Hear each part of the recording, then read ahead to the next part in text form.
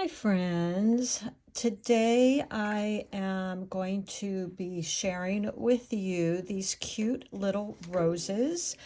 And when you get the hang of roses, they can really be fun and not as difficult as they may look. So I'm going to do my best here to show you how I go about them. And a lot of what I'm using here is that beautiful wet on wet technique that I've been sharing with you. So I'm starting with some wet on dry in the middle and then going around the edges. I'm just using a wet brush, not too wet, but definitely damp. So let's go ahead and get started. I'm using my Velvet Touch Princeton 8 round brush, of course, as you know, my favorite. And I'm just using one of these little pads I have here. It's nothing special, just 140-pound cold press. And I use these quite frequently to paint on. And my Winsor Newton paint. So today I will be using the Quin Magenta. And I'm going to be adding in a tiny bit of the Winsor Newton Cad orange because I just think it's beautiful. And I love those two colors together. And then my olive and my sap greens. So if you have a color wheel, I love this little color wheel. And I hope to do a tutorial. A few of you have asked just to kind of explain. So the Quin Magenta is going to fall in here. And then I'm going to use I would call these analogous colors, and they're very close to each other on the color wheel, which means they're going to be very harmonious and soft and easy for the eye. I will be adding in green, which is this Quin Magenta's opposite or complementary color. And when you're using a complementary color, which is opposites on the color wheel, they really are beautiful. They create this like pop. And I love using complementary colors. I'm also adding in a little bit of the blue, which is kind of a variation of that green. So I think it's going to be really pretty together. Here's that blue, which is turquoise, Winsor Newton. And then I've just got touches of that cad orange in there because I think those go so pretty together. So let's go ahead and get started. What I'm going to do is have your two water containers. So I've got my wash one here, and then I've got a rinse. And then after I rinse, I'm just going to dab a little bit on my little towel here and go ahead and go into my Quin Magenta. Now, normally you always start very light in watercolors and you get darker and darker. For these little roses, I do start with quite a bit of color for the inside, and I'll show you why. So we're just going to start with these tiny little C's for the middle of our rose, just little C's, kind of like so. And you want to have quite a bit of color on your brush. Okay, so something kind of like this. And then what I'm going to do is I'm going to rinse and wash my brush.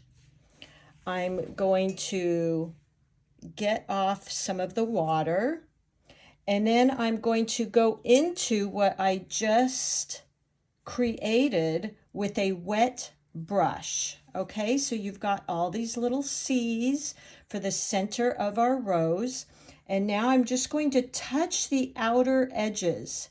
Okay, I'm going to get my brush just a tiny bit wetter, but not dripping. And then I'm going to touch and create some bigger C's here, like so. And it's just spreading that color around, okay? So here we go. Might touch in a little bit there. So you get this beautiful blend. I hope you can see that. Now, while that's still wet, maybe creating a few more C's here, just C's with the water. I'm going to go into quite a lighter, watery version of that Quin Magenta, and I'm just going to tap here and there. Okay, just to tap these little edges like so.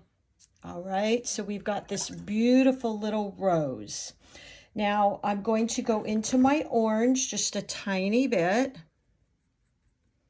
Let me put that on my palette here.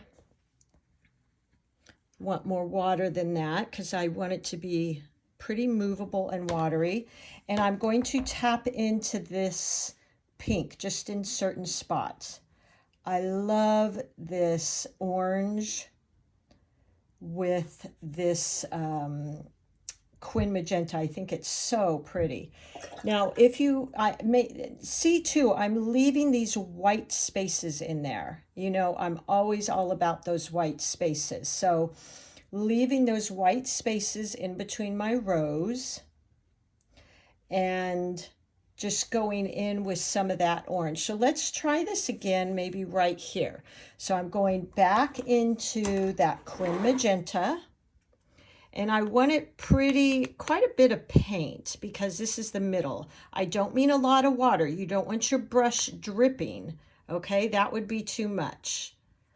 You want it full of that paint. Now, I could go, while I'm waiting here, back into the center and just be dabbing in here and there. Okay, but let's go ahead and get started on our second rose here. So I'm creating these C's. They're very tight to begin with. And then they might get a little bigger here, something like this. Okay, now I'm going to wash and wet my brush really well. I'm going to scrape off my brush on the side of the jar and maybe just tap it. And then let's go in barely, you're not going over these lines. You're just touching and going around the edges like so in more C's. Okay. Just like that. And then making more little C's like so. Just kind of plain. Okay, so you've got all these little wet areas. That's what we wanted. So now I'm going to touch into those with a watery version of that Quin Magenta. Just touching while it's wet, kind of accenting the outer edges of that rose. Now, I don't like how hard edged that is, so I'm wetting my brush and I'm just going to touch into that. Okay? So you've got this beautiful rose again. Now I'm going to go into that with that orange again and kind of touch into some areas while it's wet and just kind of let that spread. I just, again, love those colors together. Now, I might go into that with a lot of this pigment and just let it spread a little bit because the center of the rose is going to have a little bit more of that dark color. And maybe we'll just do a little bud right here. So let's go back into a watery version of that Quin Magenta. Let's just do a little bud right here. Okay. Leaving this white space in there. Okay. And then go in with our green and pick up right here. We're going to let that blend just like it's doing. And then let's just start to add in some leaves right in here. So I'm just literally placing my brush down and letting the point and the barrel of the brush create these leaves, just like that. Let's do some more. And this is olive green I'm using.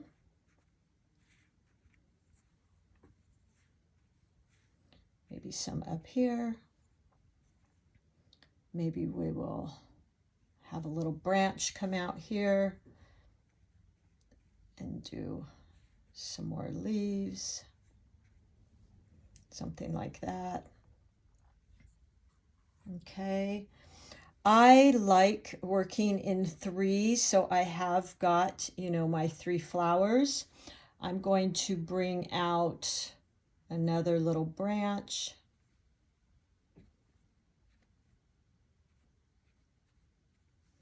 And some leaves coming off, something like that. So I think in composition wise, I like to have my roses or whatever flowers kind of leading your eye. So this right here is kind of leading our eye around this way. This is leading this way. This little flower is kind of coming up in here. This one over there. So I like that composition because it's a little bit tight, but I'm going to do something in a second here to kind of help with that. And I like to work in sets of 3 like I've got here. So let me rinse my brush, and we're going to use Winsor Newton turquoise here, which is a really pretty color. It reminds me of little berries. And I'm just going to start kind of adding these in here and there. So let's maybe add one right here. Now that's a little too much water for my liking. It's kind of creating a puddle. So I'm going to dab my brush off on my paper towel and even pick some of that up. If you really get too much, you can always use your towel and kind of soak it up. I don't ever like to have puddles. So again, I'm working in 3s. So I'm just creating 3 berries here. Let's create maybe 3 over here. Let me get some more paint.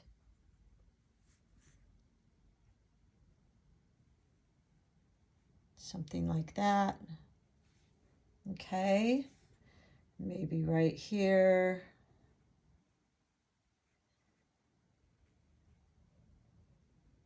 There we go.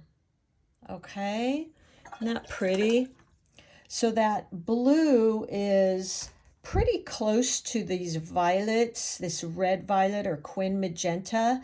So this color, these colors, this color palette, the orange, the Cad orange, the Quin Magenta, and this turquoise are all somewhat next to each other on the color palette. So they're very harmonious. They're very pleasing and calming to the eye to look at. If I was using opposites like yellow, it would be very complementary and creates more of a pop because they're complete opposite sides of the color wheel. So let's go in right now using the tip of our brush. Going to rinse my brush, tap off some of the water, and I'm going to pick up some of this green. Now that's pretty dark, a little darker than I might normally use. And let's just go in and create some branches here with the tip of my brush. Very light pressure. It's a little bit more paint on there than I'd like. So I brushed a little bit off. Just like this. And I want that blending. Now come out here. Okay, something like that I think is really, really pretty. Now I'm going to go in and I'm going to create some darker greens in these leaves so that it's not so flat. So let's pick up, let's see, I'm going to use this Sennelier green. I don't use it very often. Let's try that. I've also got this darker green here, but I really want to try this one. Let's see what we can do. I don't use this paint too often. It's pretty dark. Let's see what happens when we create some leaves with it. Ooh, look at that. That's kind of pretty, isn't it? Something like that. I might even do that. Let me add a few more in there.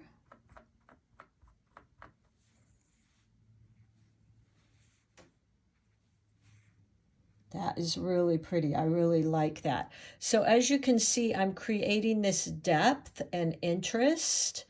I might add a little, I always love combining burnt sienna or burnt umber with my leaves. I think it's really, really pretty. So let's try a little bit of that in my leaves. Just going to touch them barely. Look at that, how pretty.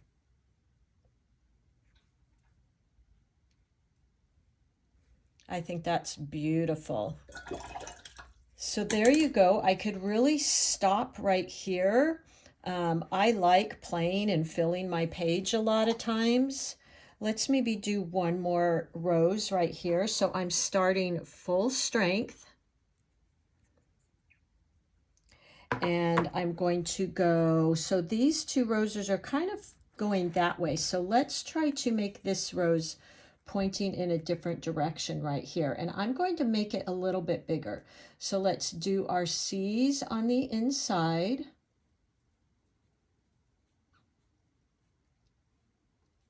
Okay. Wash your brush. Tap it off to get some of that extra water, and then just going around these outer edges in C's, blending. Now I'm going to wash some of that color off. Okay, look how beautiful that is.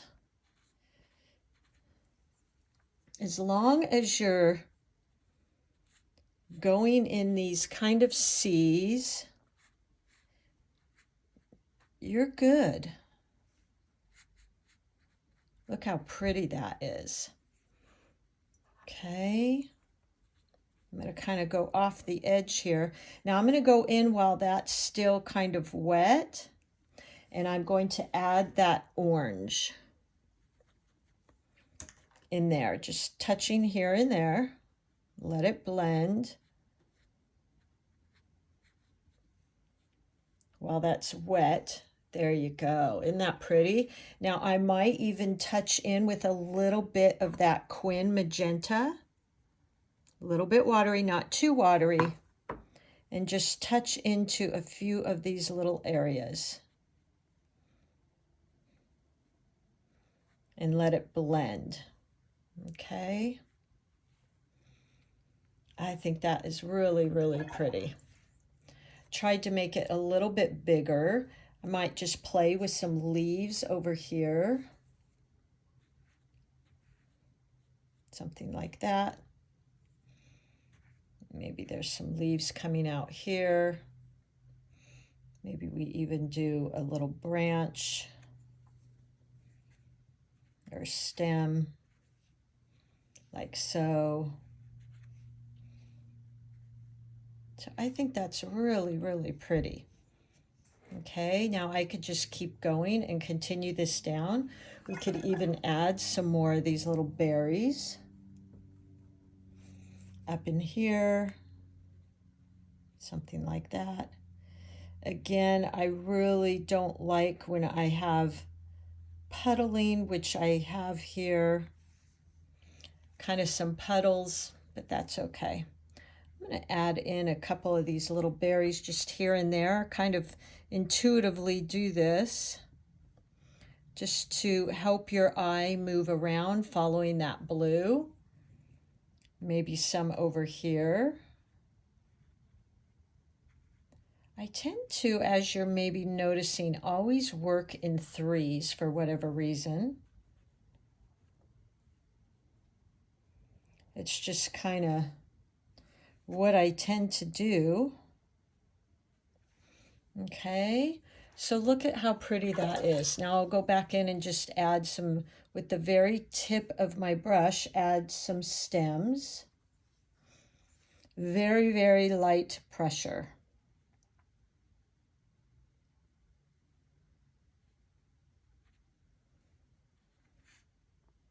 And just drawing something like that. So I think that's really pretty. I hope that helped you. This is definitely that wet into wet, and you're starting with a lot of pigment on your brush in the beginning. And then you're wetting your brush, lightly scraping off the excess water. Even if you want to, you can tap onto your paper towel and going in with the wet just to blend. So I did that with each one. I used colors that are what they call analogous. They're right next to each other on the color wheel, except for the green, which is opposite. And that creates a very soft and subtle type of flow for the eye. It's very comfortable and soothing. But then I added on the opposite of Quin Magenta, its complementary color, which is green, and it gives it that little bit of pop. Remember, I've showed you and shared with you, if your painting looks flat, just to go back in and add some darker values so that you get kind of some more interest and depth in your painting. So I hope you enjoyed this. And if you have any questions, I, am open to trying to answer. This is my expression of these beautiful roses that are actually popping up in my front yard here that I love. And I used a lot of the C curves, all C curves. And then these were just really kind of dabbing with the tip of my brush to create these beautiful little leaves. Okay, so I hope that helps you. Give me any questions you might have. I will put all the supplies in the description, and I'm so grateful you're here with me. Okay, thank you so much. Bye, friends.